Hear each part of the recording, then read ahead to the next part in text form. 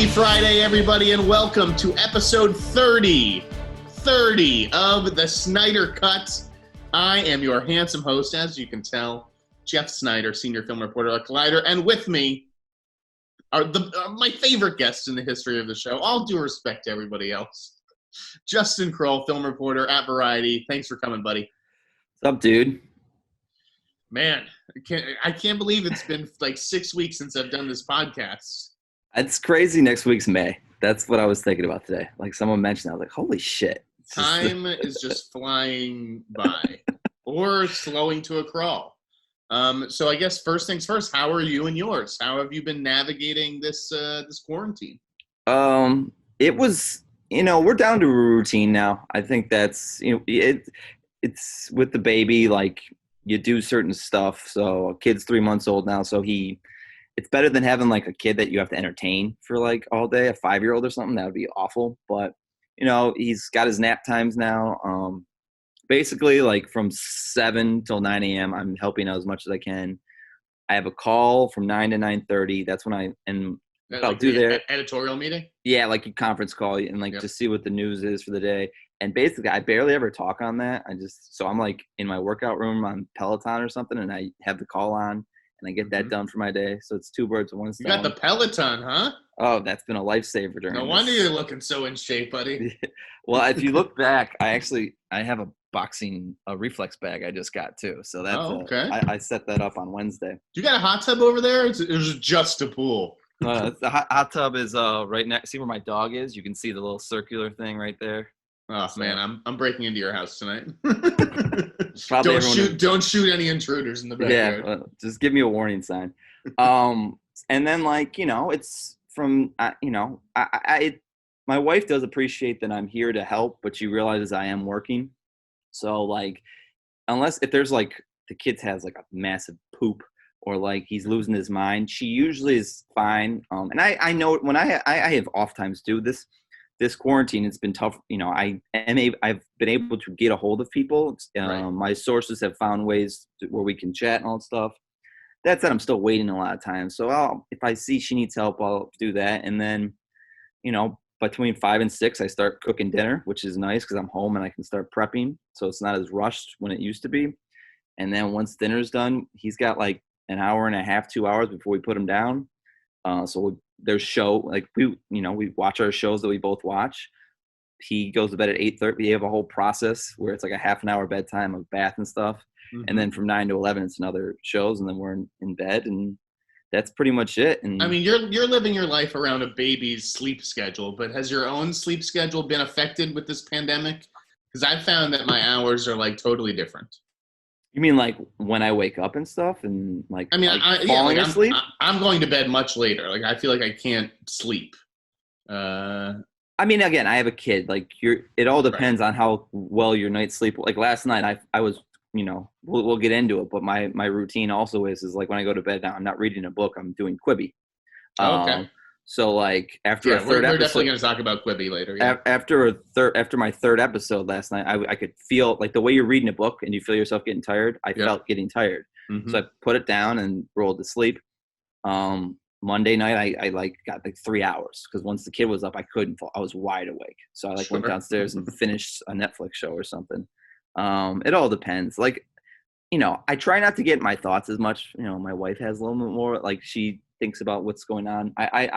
What we don't have control in, I don't let it bother me. I try to avoid outside of the Gavin Newsom press conferences, avoid the news at all points. I've been staying off of Twitter more too. It's just, I've been, unless I'm posting a story or making sure other people I have alerts for people who are breaking news like you or Boris or something. But other than that, like the way the world is with the negativity, it's just like, if I can't control it, there's no point in like getting all bent out of shape out of it. So yeah, that sleep, I haven't really been like losing sleep over, I've been finding ways to fall asleep, A, because I have a kid, and B, it's like, there's nothing else I can do in terms of do you still have that appetite though to break news this time? Because part of me is like, this is just so like frivolous, all this stuff, like you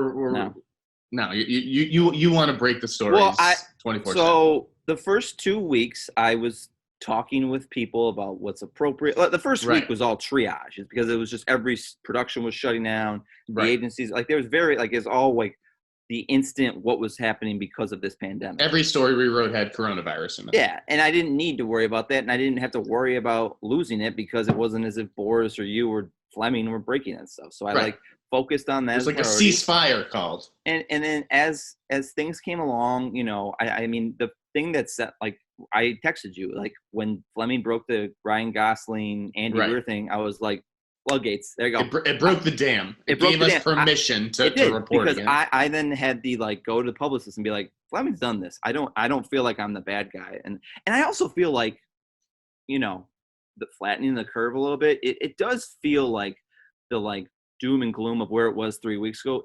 People have just either are numb to it, gotten used to it, or it does feel like social distancing is working where it's not as scary as it was in March. Like March was just some fucking end of days doomsday stuff, and I do feel like as long as you don't watch Trump's press conferences, you don't get that as much. So I mean this week I think I had 6 things I broke, and there'll be something. Is this live, by the way?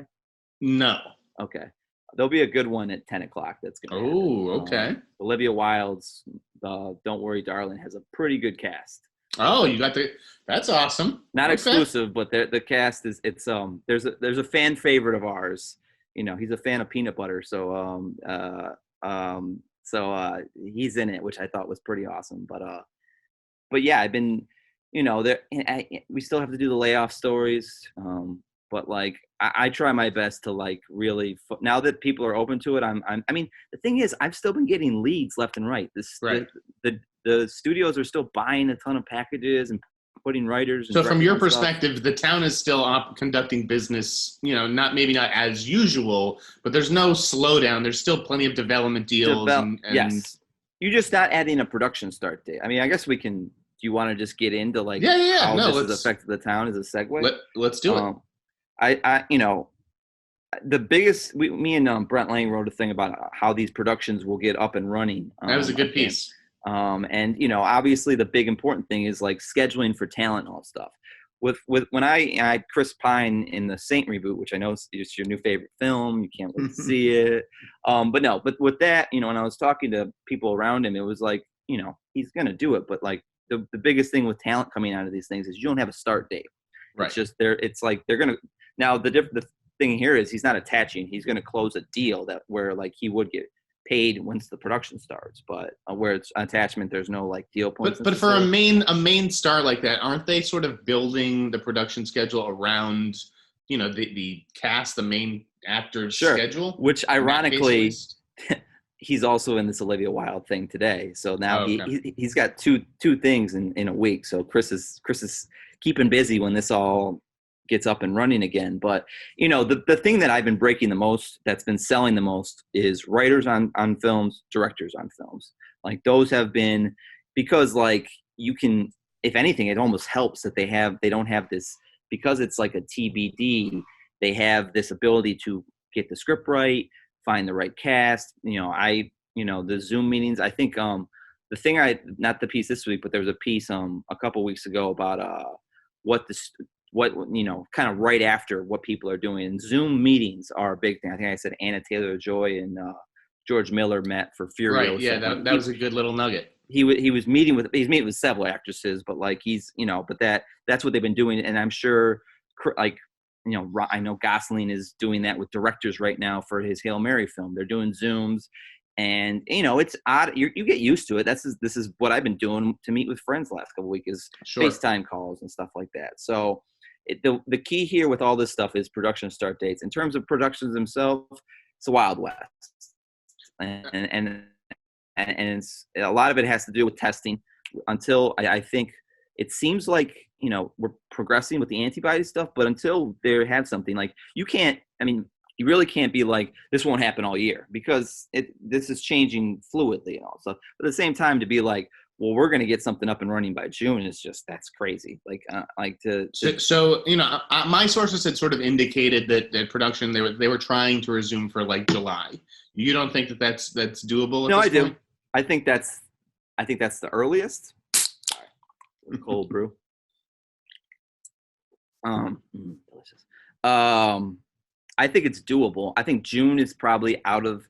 It's kind of like the movies. Mulan is when the first film is supposed to break, or come out in theaters. I think the same. It will be. Do you think that those movies will stick to those release dates? That Tenet will come out in July and Mulan will come out the week after? I don't know. I still don't know why Tenet hasn't moved. And I don't think it is at this point because I think Nolan has sent. He's like, we're opening that this. Why did it move on Monday? Like, why wasn't it in that big Warner Brothers release thing? Because Warner Brothers has been stubborn. Why did Wonder Woman take a while to move? Sure, but like they moved it. They moved a ton of stuff Monday. I really do think it's staying, unless I think they're gonna wait until like June 15th or something at this point. They really want to see where things are. I will say Mulan is the first film it was the first big release to kind of get moved, and now Disney is like, we're doing this here. So that's probably a sign. We'll see. It's like, let me ask you this. So July rolls around. Are you going to a movie theater to check out Tenet? It all depends. I will say right now, we're like rational human beings. There's some people out there who don't believe, who haven't been affected by COVID. Right. This is all a hoax. not necessarily a hoax, but they're like, so what? I'll get sick. Right. I do not underestimate how this quarantine is affecting people. When these restrictions start to lift, it's going to be, people are going to sprint out of their houses to just get away from the house, just to go somewhere else. And like, we have a mask on, we have gloves on. I actually think like people will be like, well, I have the mask in this, then I can do this. And now here's my thing that I thought of. What if the theater, if you only have one or two films out? So Mulan and Tenet open, they're the only theaters. So if you go to an ArcLight and there's 18 theaters, you're allowing 70, like old school Hollywood, where there's only so many films out. If you are doing like 70 people to a theater, but there's times that by there's 10 theaters in each 70 if 15 theaters go in at once, they're split up 7 and 8, Mulan and Tenet, and you do those numbers pretty good. And if someone walks in and sees there really is there's no one, everyone's wearing a mask, so if you hear a cough, you're like, oh, I got a mask on. Like some people are going to be that kind of cautious where they're going to do it. Now I think theaters will still be not as, like, compared to restaurants and bars, people will go there first before they go to a phone, because most people want to see people and talk to people. That's the one thing that theaters have against them. You can't talk to your friends when you go there. Mm-hmm. A bar, anywhere else, like a bar, like these other like communal places, people just want to see each other right now more than anything. So that's what's against theaters. But I do think if there's limited product and you do figure out how to do a theater where people aren't running into each other, you can only have so many people at a concession line. Maybe it's like concessions are kind of shut down and they have to, you're buying stuff at separate places. But I was thinking from the get-go, why not have two films and just these theaters are using those to get it in? But Right. So there won't be the typical variety that we normally have in a given summer season. Because we're only going to have that anyway. Exactly. So let me ask you this. So movie theaters make most of their money on concessions. Now, how do you rectify, how do you reconcile that when everyone's wearing a mask? How do I enjoy my nachos? How do I take a sip of my soda without lifting that mask? That's probably where like this is, that's the ultimate, like, where the theaters are like, how do we make the money? I mean, I get there could be a negotiation for like during this like a limited in terms of splits for what the theater gets and what the studio gets. That could be a possibility.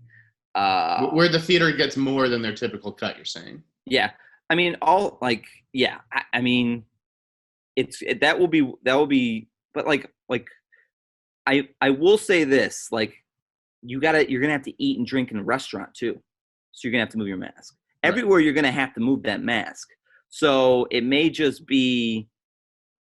It's gonna be weird, like, because like it's so many thought process and stuff I just like don't that. know why Hollywood isn't experimenting with smaller movies coming out in theaters first to gauge that appetite, like even if it's the Pete Davidson movie from Judd Apatow, which still has not moved as far as I know. That's a good point. How do you just throw a $200 million movie like Tenet out and hope that people are ready to show up? You know what I mean?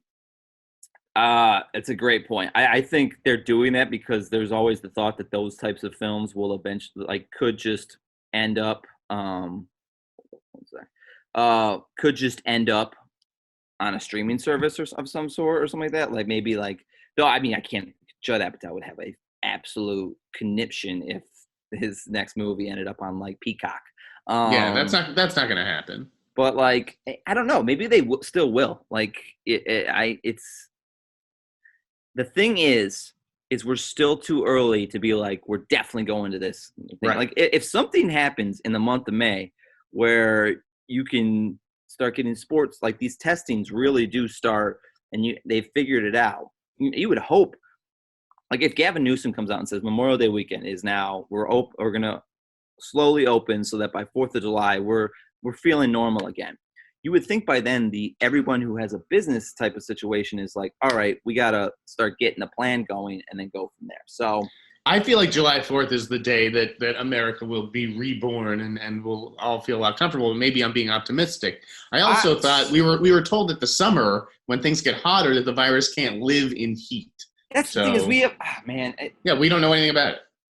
We just don't know. It's just when we're brainstorming all these ideas, that could actually be something where maybe the virus, maybe it's still around, but it's not as it contagious, or you can't be on things, or you don't really need a mask.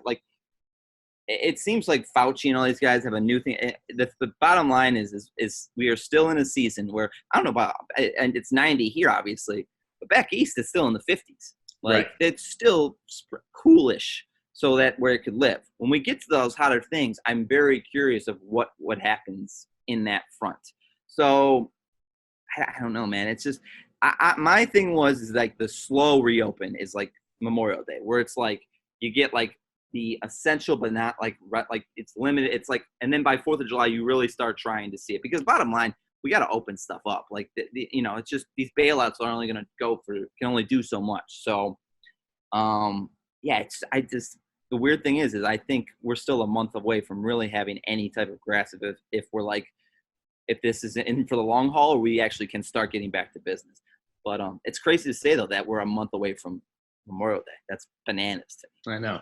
So, we've seen a bunch of movies like Artemis Fowl and Trolls World Tour and now Scoob. They're going to be going straight to VOD before going to theaters. Why do you think there hasn't been any adult-targeted movies that are pulling a move like that? Because families are still because they're the ones desperate to pay. Yeah, because you still have the Netflix and I'm gonna watch Extraction. There's still enough streaming stuff where you don't need to worry about that. At the end of the day, those films are gonna still be the most. Weirdly, they'll get the most viewers, but you're still losing money because you can only do $20. So if you have 4 people to a house, 2 parents and 2 kids, it's a lot of money. You're not being able to pay for Trolls. Where the way back, if that came out straight to VOD, you're only gonna have 2 adults seeing that piece of shit. So I mean, it's just, you didn't like The Way Back? Nope. We'll get into. I really haven't liked much of 2020 product. I will say I've no, that's totally fair. All the best films I saw were mostly at Sundance. Quibi. I actually think the Quibi products have been so much better than. We'll get into that, but let's do it. Let's just talk about Quibi. Right, it's already 9:30. We've been getting into quarantine way too much. Let's. All right. So what are the shows? First of all, are you following the shows on Quibi? Is that how you find them? You've made a list where you follow? No. No, I just watching. It's always the top of my. Okay. When new stuff comes out, I go down and see what's the scripted. Okay, here's my question. Do you call it a show or do you call it a movie? Because the length of it is a movie. It's not a show to me. I call it a movie. One. No, I'm calling it a movie. I call it a show. The Most Dangerous Game to me didn't feel like a movie. It felt like a show. And that these were each little episodes. Just the way that it was written with every 6 minutes. Here's like a little cliffhanger. But if you thing. watch The Most Dangerous Game today, like you got Quibi and watched it today, you could watch a 2-hour movie. It's the length. Like there was no such thing as Streetlights Go On ends up being like 80 minutes. I think there's no such thing as an 80-minute TV series. Sorry, it just doesn't exist. It's like that's a fair point. So you think I should consider adding all these Quibi shows to like my movie list of like what I saw in a given year? That's what I'm doing. All right. That's what I'm doing. I've done every scripted thing except for the pool one. I've watched Dangerous Game, Survive, Stranger. I'm caught up on Dummy. Free Rayshawn. Streetlights Go On. Is there one more? Oh, and the 50 Frights, which I've actually kind of liked. The state one. It's just so like that's a fun one at night because it's like campfire stories the way they're all told. I'll watch that one in bed because it's like kind of spooky but cheesy. And so I think then that you just listed like 5 or 6 shows. So you're spending, I mean, a solid 30, 40 minutes each night watching Quibi? No, because I do watch in the morning when my wife's watching GMA. I'll watch 2. Okay. If I have a slow period, like I was like. Kind of like watch them in between stories. I also can like you don't have to watch, you could listen. Like the Dummy one, I just listened to the jokes while I was writing that Olivia Wilde thing. Like and I got everything and what they're doing. It was funny. But like it's just picking when you want to do these things. Like they're not like Westworld where you have to be super invested sometimes. Some are, but like others, So what's the best thing on Quibi if you could recommend one show to people? Stranger is really fucking good, man. I think that the important thing is the endings. Streetlights was like going to be one of my top 10. I was like, it was so well done. It was, and it was so focused on they had great job focusing on these kids. And then the end. Did you watch it yet? No, I haven't. Okay. I just followed it last night. So you should. I was shocked. You just be warned that the ending. It's just like, wait, it's just over. Wait, what just happened? You're just like. That's how I felt with Most Dangerous Game. Oh no! That's you saw the arc though. When this ends, you're like, what the fuck? Did they have like production limits, like or budget limits? Like, what is this? So that was, but up until that, it was fantastic. I like Dangerous Game. I really thought like I liked it. I think it was a good role for Hemsworth. Waltz. I like the villains. I mean, it's in Detroit, so and I could tell they shot it in Detroit. Like I know the street signs. And I also thought like what's been great about Quibi is they're so good at ending a chapter, like the way you read a book, like an old Michael Crichton book where it's like end and they're about something shit's about to go down. Like they do such a good job of like, can you wait for the next one to come type thing. Survive wasn't bad. It got like a little. I've seen it before because it's basically the mountains between us with a younger group of characters. I really haven't hated anything. Free Rayshawn, I like the concept's interesting, but you wouldn't watch something if you didn't like it. That's true. I would just quit. You wouldn't. The thing is, I will say about these short things is you don't have time to hate it. Like even a 10-minute thing, it's not long enough for you to get bored because by the time you kind of do, it's over. So I'll say it right now. I think most of the Quibi stuff is like Onward, Invisible Man. And that's it.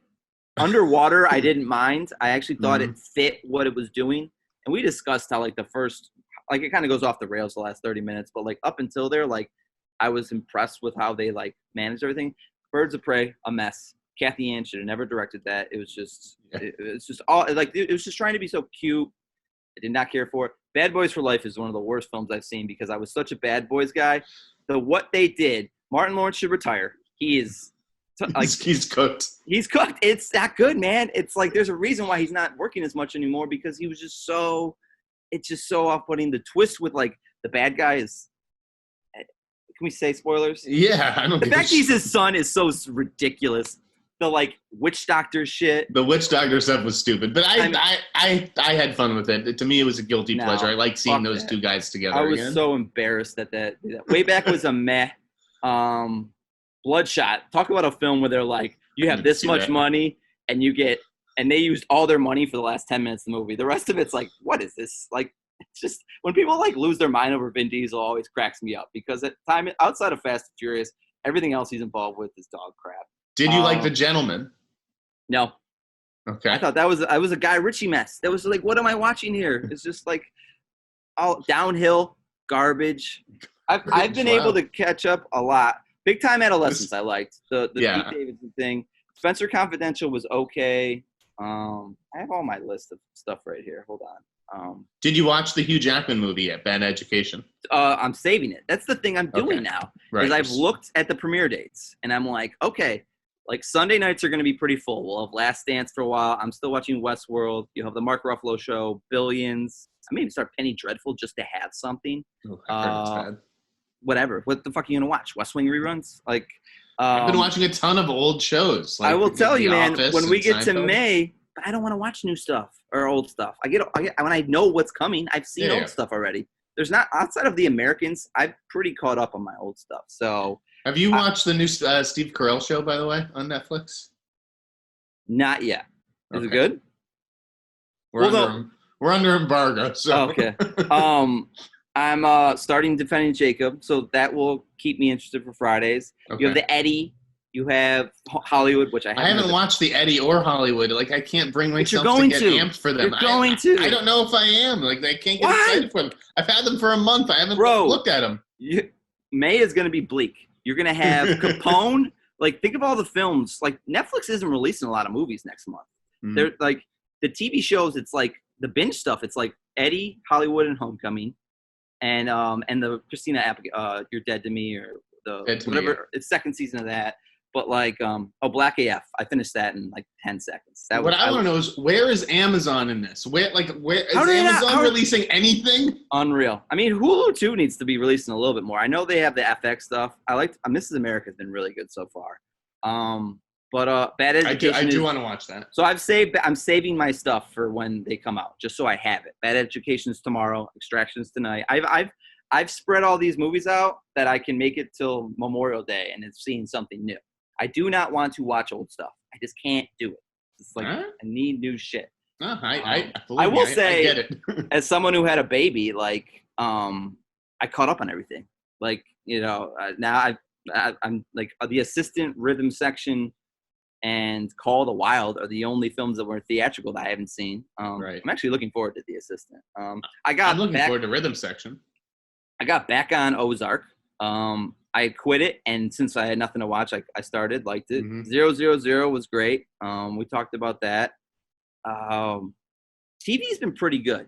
I haven't finished Amazing Stories. That's all. Oh, wow. Okay. So it's funny with that one. I tweeted something, like, I didn't name Amazing Stories, but I had put out a tweet like, I just watched something terrible. And then when the embargo lifted, I was like, that tweet was about Amazing Stories. Apple has not given me another screener of Amazing Stories. Like, I have one in my queue, and that's it. Every other show that they have, I have every episode. So I wonder if they cut me off. I mean, let's be honest, you're not that sad about it. No, I don't care. So did you like sample like Devs or Tales from the Loop at all? Finished Devs. Did you like it? Because I couldn't get into it after the first episode. Yeah, there was moments that were like, okay, this is awesome. It's way too Alex Garland-y, where it's like way too cerebral. Yeah. Dave it's been hilarious. Love Dave. Dave's amazing. That reminds me, I have a Dave to watch. That's exciting. Now that I think about it, I was like, yeah, I forgot I have that show to watch. Dave's been really good. But I've been trying everything. It's like, what else? I mean, I think I've rewatched OJ Made in America like 3 times. So I'll have that playing while I'm working. Like, I'll have like Last Dance. I've rewatched twice the first 2 episodes, just like to have something that I've seen. I don't have to focus on, but I could like look up and be like, oh, that's cool. So yeah, I mean, that's it's just, when we get June is even going to be rougher, because like we're still not going to be getting much. Like, so HBO Max launches next month, and that's supposed to have some stuff like Super Intelligence with Melissa McCarthy, a new Steven Soderbergh movie with Meryl Streep. I don't know if that stuff's going to be available at launch, but I don't see why it wouldn't be. You got to have at least Super Intelligence, I think. Yes. But that's something, I guess that's to look forward to. Like, these I mean, Quibi. I want to see this Joseph Gordon-Levitt movie, 7500, where he's a pilot. Like Is that the HBO Max? I know he has an Apple thing too. No, I don't. I think this is just like an indie. I don't think, or I don't know. So it's like Capone. 7500. Like yeah, Capone. Exactly. Yeah, exactly. Well, the Capone thing, I was like, oh, this is finally coming out. And as soon as, like, the fact that I had no idea it was coming out in May doesn't bode well, I feel like, for this film. Yeah, I've heard it's okay. But yeah, clearly made on a budget. Yes. But yeah, it's you know. Do you think that we're going to see more finished films get acquired by streamers? So, like in the case of The Lovebirds, that was a Paramount movie. Enola Holmes this week. I think that actually will come out. Right, the Millie Bobby Brown project. That will be either July or August. I have a feeling that we'll get to see that. But that's finished. Are we going to see more of that kind of stuff, though, you think? You're running. Yeah, it's just kind of possibly. It all depends because you got to make some sort of profit too. Studios aren't going to just be like, here, this. Like, it has to make sense in the books. And Lovebirds made sense. I assumed Legendary, like that Enola Holmes thing. You forget about how they're not like kind of like constricted to one. I mean, they're doing Warner Brothers stuff, but really they don't need to take it there. So, I was reporting on that forever and realized, oh, this necessary. And there's other stuff for Legendary I've reported on. It's like, oh, it's not necessarily going to go here or here. Right. I think places like a Skydance, a Legendary, there are places that if they have a product, that becomes a little easier. But it has to be fiscally responsible. So we'll see. I mean, do you think that, like when all this is over and, there's no telling when it will be over, if it ever will be over, like what is production going to look like? Are there going to be any changes? Because I understand that there's going to be fewer people on set. From the start. We reported that in that production story. I mean, if studios realize that by doing this, and this is going to go on for at least until that vaccine comes along. So we're looking like 8 to 12 months of these types of productions. If you're a studio exec and you start seeing, I don't need this, like they're always looking to save money. So if they realize I don't need this, like I can eliminate this position and we'll be fine. I think you'll see a lot of like leanness. It's like with a lot of layoffs in Hollywood, this is back for Variety. We cut positions that to this day don't exist because we just realized we didn't really need them anymore. That's going to be the same way with the studios, the agencies, America. You're going to, maybe you won't have as many busboys. It's going to be like, I think America and the world is going to change from how many people are in here, how, maybe they're like, it's just a smart idea to not fill a theater anymore. It'll be odd to not like be crammed in with people, but maybe it's a good thing. I don't know. I do feel like it'd be shocking to not have some sort of change come down the pipeline from this. Right. I know the guilds are concerned. They don't want positions eliminated on set because that's their whole job is to advocate for more jobs and stuff. But yeah. I cannot believe the WG, like they're so naive to what's going on and like the current situation. The fact that there might still be a writer's strike amidst all this is crazy. It's just like, I mean, I get that, but at the same time, like when the studios or whoever are saying, we don't want to give your kids health insurance, like in the middle of a pandemic, Well, of course, writers are going to be like, well, fuck you. Well, I would hope like if that's the case, I'd be screaming that to the trades that that's the case, and I would think the studios would turn around real fast if they're like that'd become national news if you're a company that's not providing your employees with healthcare. That would be pretty freaking bad. So. It's just like how people still haven't learned how to work together during these dire times from it blows my mind. It's just like, oh, well, yeah. I mean, listen, it's Hollywood.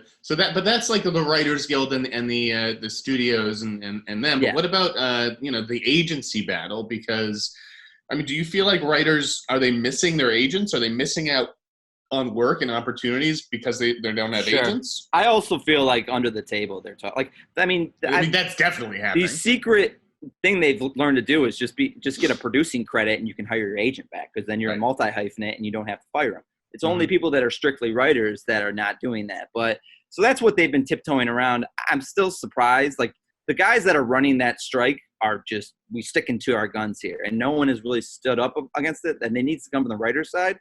But, yeah, I mean, I know for a fact that people are like, hurting on that front, but they're also finding ways to just talk with their agent. It's not like these people are tapping their phones or something like that. But do you think like lit departments, sort of industry wide, are going to take a hit? I mean, they already have been, but well, I mean, lit departments are the ones putting together stuff right now. So like, right, if because it's not right. It's a give and take. That's what I've heard too. It's a give and take. Talent's the one that's kind of hurting because these people can't be once you can't receive a check until you're into production. So right. like at least like writers are at the least like, you know, you can get a rewrite thing, and once that movie's back up, you're getting that check. So. And do you think that we'll see a sort of animation boom? Because it seems like, you know, you well, can the make big one I've heard without... is comedy should have a comeback because everybody needs to smile. Like the dark stuff, like people are, it's going to take a seat a little bit. So we'll see. But yeah, it's still too early to tell, but there'll definitely be changes. I feel like going forward. So we'll just have to see. How'd you feel about the NFL draft last night? I thought the production ran over really well. In terms of my personals, I didn't get to watch it. Well, you didn't have to because your fucking team, per usual, traded out, which pissed me off so much. All right, betting time. So for the past 2 weeks, they've been saying the Lions are going to trade this pick. Fucking Rappaport and Schefter getting my hopes up. We get to the moment. There's never been a cornerback drafted in the top 3 in ever, and the Lions broke that tradition last night. That said, afterwards it comes out they never had any offers.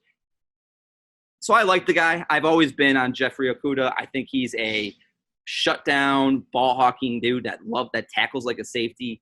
So I actually think, you know, from where they were after Chase Young, he was probably the next best player defensively, and they need to fix that defense.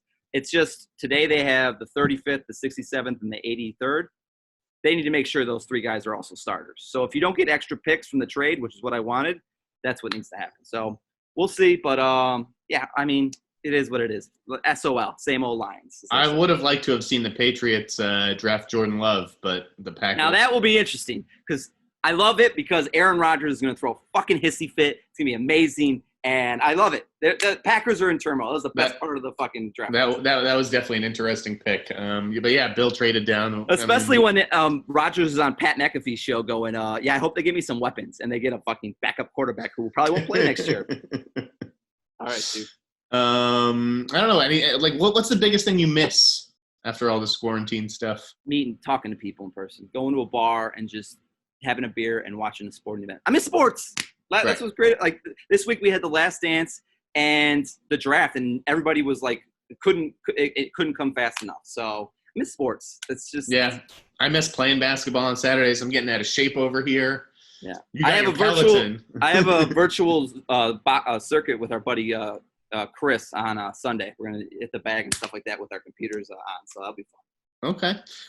Anything else that you wanted to get off your chest or talk about? Nah, 10 a.m. will be a cool scoop. Olivia Wilde's, or it will already have posted her film, Don't Worry, Darling. This is going to go up It later is, Friday. And now that we got it, it is Florence Pugh, Chris Pine, and Shia LaBeouf will be starring in that movie. And Olivia's in it as well, which she's directing. Pugh, Pine, and LaBeouf. Okay. Well, psychological thriller. So the John Carabino crew. All right, dude. Hey, thank you for doing this. I appreciate it, brother. Where can the good folks find you? Kroll J. Var is my Twitter handle, and I am at Variety.com. And I'm the InSneider on Twitter, Instagram, and Cameo. Guys, stay safe out there. Wear masks, wear gloves when you're out in public.